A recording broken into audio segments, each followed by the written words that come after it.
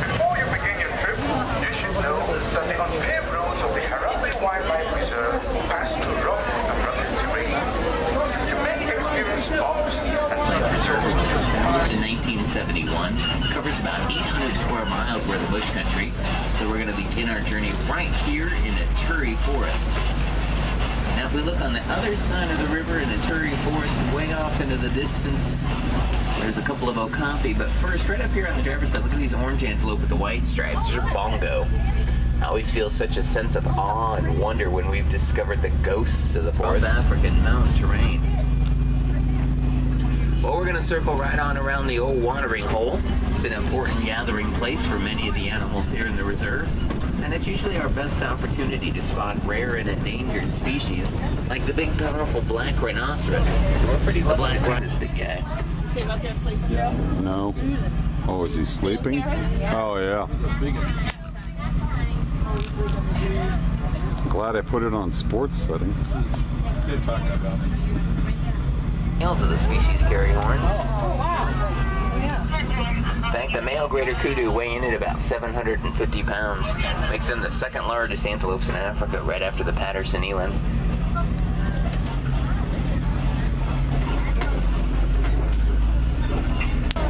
We're going to make our way. Those Nile hippopotamus will venture out of the river at the evening times and use those big broad lips of theirs to eat the grass growing along the riverbank's edge. They need about 100 to 150 pounds of vegetation per night. Okay, is he going to pull out a handgun and shoot at it? Oh, that's a different ride. Different ride. The white birds down on the island are pink-backed pelicans.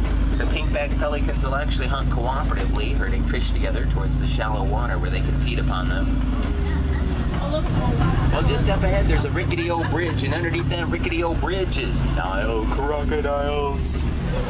Yeah, the Nile crocodiles are so large and aggressive that they can eat prey nearly twice their size. They feast on food like white-bearded wildebeest and zebras. They'll open up their mouths and clamp down shut with a jaw closing pressure of 1,200 pounds per square inch.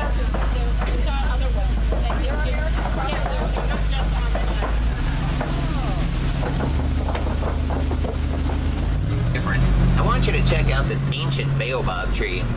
Now the ancient baobab tree has a nickname. The locals here call it the upside down tree, and you can see why. It's because its branches there look just like roots sticking up into the sky.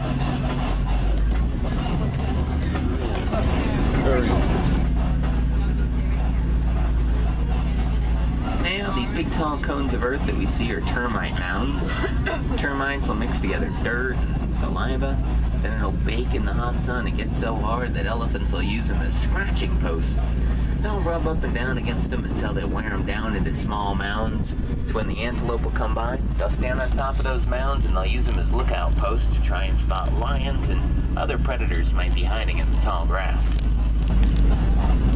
See, the look of the beautiful savanna landscape was pretty much created by the animals that live here. For example, the elephants, they're like these big bulldozers. They'll push down these trees because they love to eat that tasty bark, and that'll let the grasses spread. The giraffe, well, they're so big and tall, they're like the pruning shears of the savannah, eating the leaves off the trees, allowing more sunlight to shine in. The large antelope and the zebra mow down the grasses so that the new shoots can pop up. Then the little itty-bitty nibblers like warthogs and gazelles, they'll come along and trim around the edges. In a balanced natural system, there's enough food for everybody. In fact, the white-bearded wildebeest are part of the largest herd migration left in Africa. Laying down with the wildebeest, that, my friends, is a Patterson eland. The elands are the largest antelopes in Africa, standing 6 feet tall at the shoulder and weighing in at over 2,000 pounds.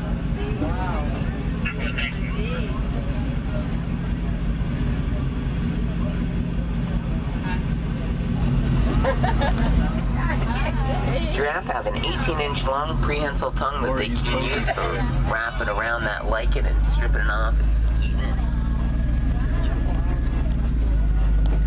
In fact, giraffes normally spend about 16 hours a day munching away on food. That's how they maintain that 2,500-pound body of theirs. Giraffes are the tallest mammals on the planet. They're so tall, in fact, that when the babies are first born, if you were standing on the ground, you'd probably look them right in the eye. Now this little baby giraffe right here, he's only about 8 months old.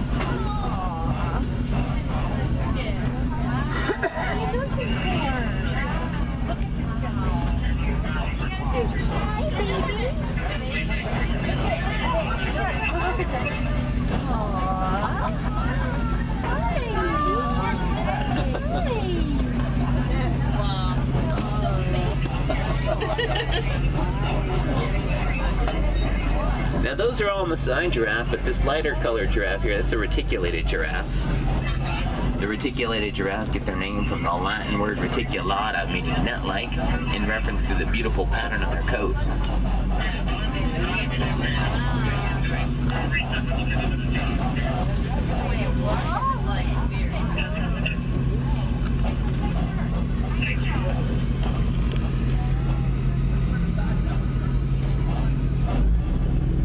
They'll throw mud and dirt on their back, which acts as a natural sunscreen and helps keep the insects off as well.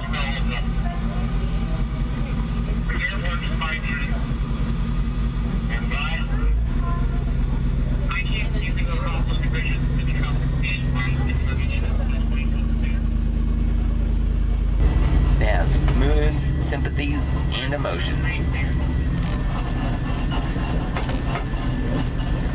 Just shrimp and other water creatures.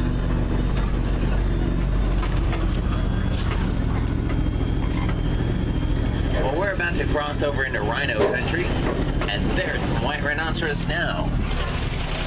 Oh man, the white rhinoceros get their name from the Afrikaans word bite, meaning wide, in reference to their big broad lips and wide jaw.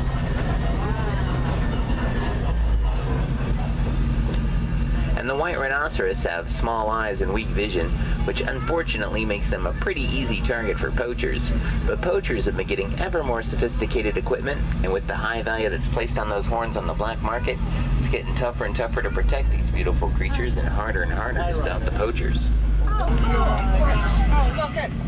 Here comes Mama and baby rhino. He's about, just a little over 1.5 years old now.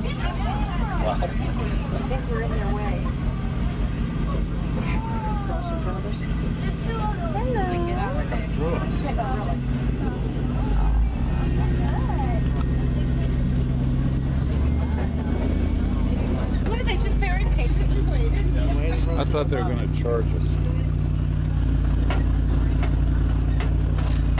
There's zebras in the bushes. Down in the dirt, there's a small nest of ostrich eggs. It's not uncommon for the ostrich to lay their eggs right out in the open like that.